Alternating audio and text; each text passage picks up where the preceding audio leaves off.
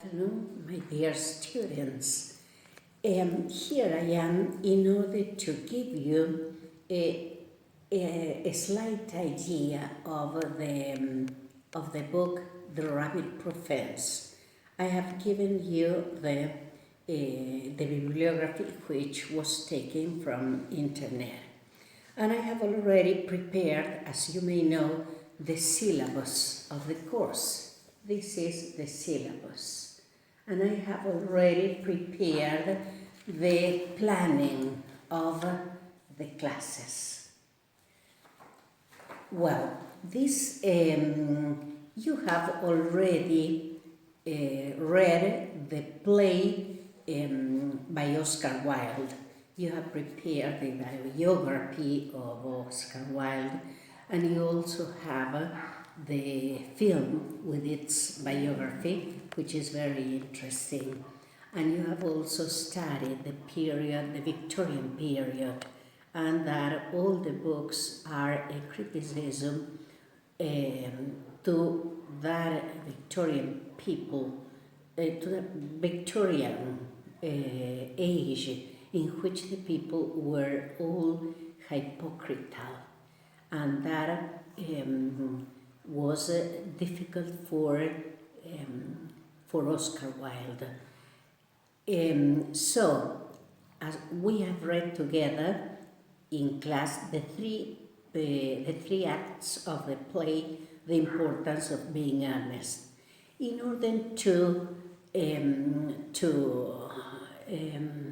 have more vocabulary, you have the possibility of going to The Importance of Being Honest in Spanish, and you have also the possibility of watching a film. Then I also told you to study by yourselves the portrait of Dorian Gray. The portrait of Dorian Gray is is also in internet, and the translation is also in internet. I want you to read this both books carefully, study all the vocabulary and all the new structures you see that appear there. And at the same time, you have the possibility of comparing the English version to the Spanish version. Now, with the Rabbit Profess, it is going to be a bit more difficult because you have only the version in English. This book was written by a woman called Doris Pilkington. Doris Pilkington is the daughter of one of the characters in this story. She is the daughter of the main character in this story. So you may ask yourself, why this name? What is the Rabbit Profess? Well, it is this is a drama, and it is located in Australia. Australia was officially known as the Commonwealth of Australia, a country surrounded by the Pacific and the Indian Ocean. The principal cities here are Sydney, Melbourne, Perth and Adelaide. There's a big desert, and the capital of this country is Canberra. The area is known as the Outback, and the animals that live there are kangaroos, are koalas, dingoes, kiwis, and wombats. These are animals that are only known in this place and nowhere else. As the Australian inhabitants lived there for the first 65,000 years. Australian is the oldest and the flattest and the driest inhabitant continent. It is the smallest continent. But Spanish and Portuguese explorers saw this continent, but in fact, the Dutch were the first one that talked to the Aborigines in the 1606. Then an English explorer called William Dampier landed on the north coast in the year 1688. In 1770, James Cook sailed along the coast and claimed this land for Great Britain. The British government established here a penal colony.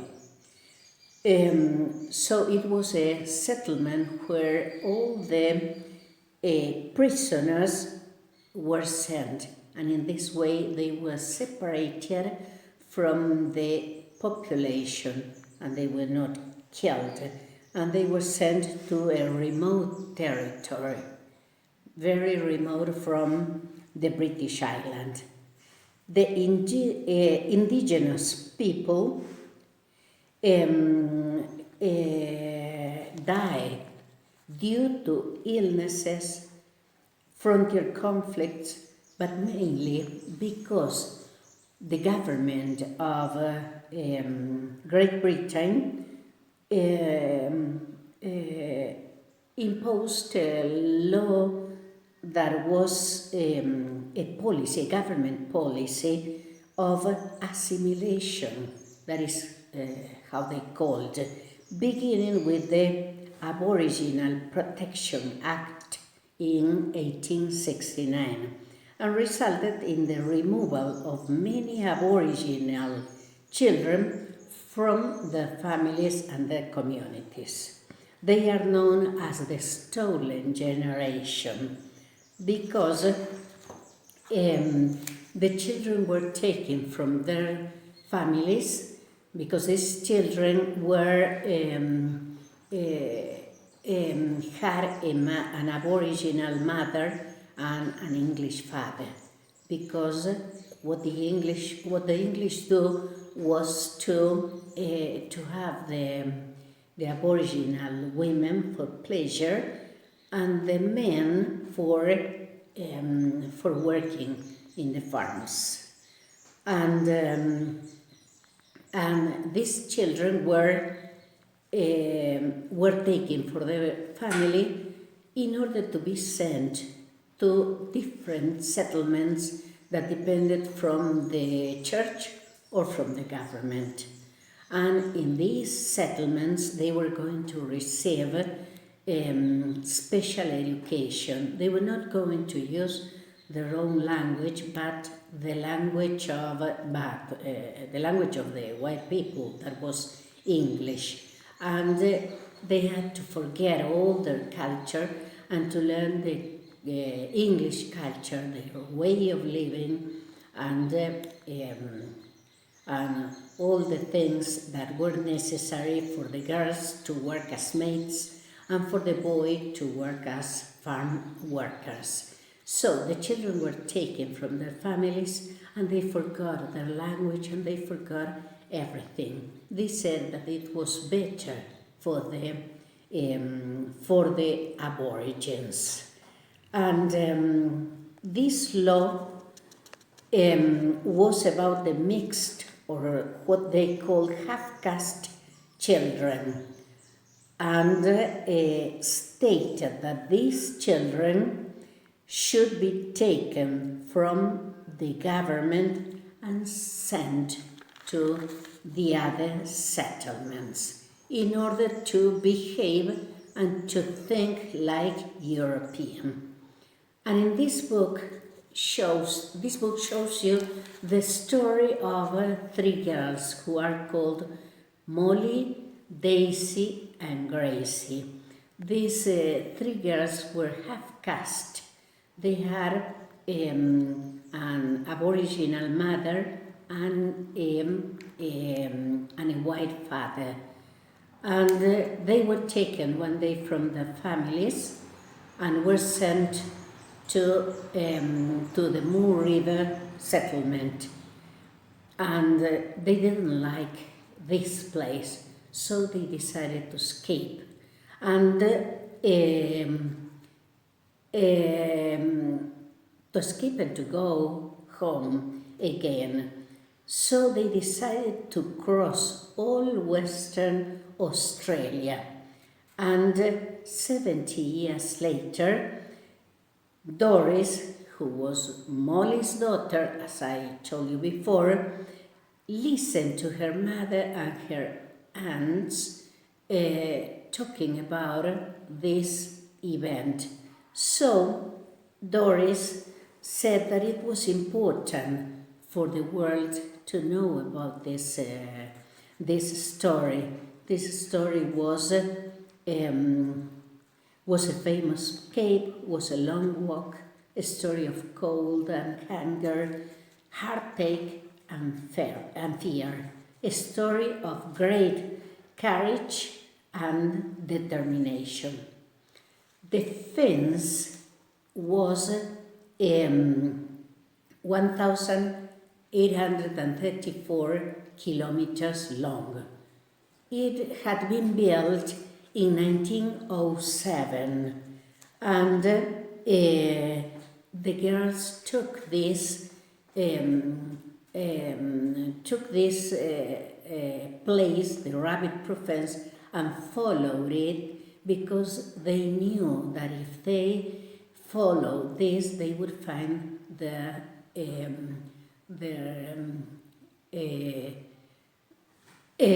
town, the place where they live, which was Gigalow. Because this rabbit fence was an important landmark for everybody. The story starts at Gigalow, when a place where the place is a desert, and the Mardu people live there. And the white men are always riding horses, are cleaning the rabbit fence. They are working and taking out the animals. And Molly grew up there, but she noticed from the very beginning that she was different to the rest of the children because she had a clear skin. And because of this, all the other children told her, "You are a muda," that is, in their own language, that you are like a mongrel dog, that is, you don't belong neither to the whites nor to the Mardu people. And this made Molly feel very, very sad. First, she reacted by throwing the children stones, or she chased at them with a stick. But the words that the children said to her hurt her a lot. One day her mother told her that 2 of her aunts were coming to live to Gigalow, and there they had 2 babies, and the 2 babies were mudas, that is to say they were half-castes like her. And so as Molly was always alone, became very happy because now she was going to have 2 girls that were similar to her in order to play. But the great problem came when someone called Asian Rex came to the place where they lived with a paper, and he said that he was going to take the 3 girls, Molly, Daisy, and Gracie. He was going to take them to a settlement because they were going to have more opportunities there. And well, the whole people began to cry and didn't know what to do, but this Asian Rex took the three girls and put them in a car. And he said, "Don't worry about carrying anything because you are going to have everything at the settlement where I am going to take you." And he took them to a place called Marble Bar. And from time to time he turned down his hair and asked them if they were all right. The three girls were so frightened that they didn't say anything, and they just whispered one to the other or look out through the window, and that was all they did. They arrived at a place called Headland in the north coast, and there they slept at a police office. And from that place the following morning they went to a port, and they got onto a ship and traveled to a place called Fremantle. And from Fremantle they went by ship to Moor River settlement. Characters in this story are a lot, but I am going to mention only some of them. The principal character is Molly. She is a girl of 14 years old, and she's very intelligent, brave, and protector. Her father was Thomas Craig, a supervisor of the rabbit proof fence, and the name of her father was Thomas Craig. And she was very persistent because she continued walking and protecting her cousins during the whole journey until she succeeded in what she wanted to do. Another character is Daisy. She was 8 years old. She was fearful, humble, and obedient. She did everything that Molly told to her. Then Gracie is the other girl. She is 10 years old. Her father was called Alf Fields. Mori is the mother of Molly and Daisy. She is brave and strong and persistent too. She never lost her hope. She was completely sure that she would see her daughter again. Frinda was Molly and Daisy's grandmother. She was also brave, strong, and persistent. Lily was the name of Gracie's mother. Now, an important character is Mr. Neville, who was called by the people Mr. Devil because of the similarity of the name and because he was the legal guardian of all the aborigines and had absolute power over the lives of the natives in his jurisdiction. He was tall and skinny, and of course he was an Englishman. Then another character is Asian Rex. As I told you before, he separates the children from his families and takes them to the settlement located on the other side of the continent. Then there is also Martha Jones. Martha Jones is the oldest girl in the settlement. She is friendly and full of useful information. She told the girls, Molly, Daisy, and Gracie, that if they didn't obey all the rules, such as, for instance, to be at the dining room at the correct time, to prepare all the things they were asked to do, and that they had to speak only English and not the mother language. If they were obedient, nothing would happen today. But if they were not obedient, if they disobeyed the rules, we're going to put in a hole that had a special name. And in that hole, they might be for a week or for 15 days. And then there is a man called Mr. Hungerford.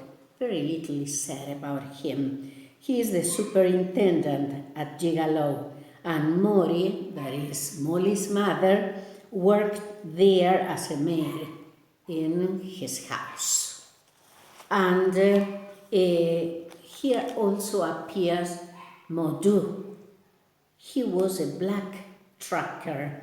He is tall and thin, and his face was serious, and he wore a black jacket. He worked for the Englishman, and what he did was to follow the girls or the boys that escaped from the settlement. So all the children were afraid of him. Mavis is a woman who worked in a farm. She was good with the girl because she offered them food and clothes when they were escaping. The two small girls went to the place where she worked and asked for food because she had nothing to eat, and she gave them 2 bags of paper full of meat, of meals, in general meals. But she thought that it was a dangerous journey for 3 small girls, so she decided to telephone the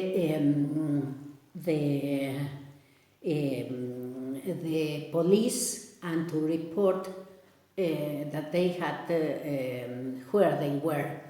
And so the girls suspected about this, and they decided to take another route and not the one they had said they were going to. Another one is Miss Evans. She is the boss of the boss at the settlement, and she was a white person, and she gave all the orders there. Nina was a girl who worked at the settlement and in the bedroom. Here also appears a man called Don Willock, who was an aborigine. They met on their way. He gave them cold meat and bread, but he reported this to his employer, and his employer reported to the constable Larsen. The girls followed the rabbit-proof fence, and they went near a railway station in Wiluna, and a woman there cheated poor Gracie. He said to Gracie that her mother Lily wasn't in Jigalong, that she was already in Wiluna. And so as Gracie was so tired, she decided to leave and to stay at Wiluna. So she at Wiluna, yes. And so it wasn't true that her mother was there. She was taken again to the settlement, and Molly and Daisy cried a lot along the rest of the journey, and because they knew that Gracie had disappeared, and they never saw her again. You may see here the map of the whole world, and here is Australia. Australia is between the Indian River and the Indian Ocean and the Pacific Ocean. And you may see that it is a small continent. And I have marked here, more or less, approximately the rabbit profens. And here you have the information. The rabbit profens was 1,834 kilometers long, and it was built in 1907. Why did the Englishmen build this rabbit profens? As its name says, this place was used for cattle, for cows, and for lambs. And the other part was a desert. So they put all the rabbits here, and this place was separated because they wanted that the cows and the rabbits could have their food, had grass there. But of course, it was something bad because it didn't work properly, because the rabbit made holes and they could pass easily to the other side and eat the grass. So you may go here, and here you have some of the characters, because there are more. Molly, who is the leader of the group, Daisy, who was her cousin, Gracie too, another cousin. Maudie was the mother of Molly, and Frinda was the grandmother of these three girls. Lily was the mother of Gracie. Perhaps you remember that Gracie is the girl who was cheated, and Mr. Neville was the protector of all the aborigines. Agent Rex was the officer in charge of taking the children from the families and carry them to the settlements. Martha Jones is a girl whom they found in the settlement, and she was a girl very friendly. This one, Mr. Hungerforth, he was the superintendent at Jigalone, and Mori worked at his house. Then there is also Modu. He was an aborigine, but who worked for the Englishmen. And he was a tracker, so he followed the children that escaped from the settlements. Mavis was a girl who worked for Miss Evans. Miss Evans was in charge of the settlement. And Don Willock is a man they find while they were running away. And this man gave them some food and some things for them to eat. But then he decided to tell his employer, and his employer told the police. And here I made a summary of the way the girls did, because the girls walked about 30 kilometers a day, and as a whole they walked 1,600 kilometers. They were living in Jigalong.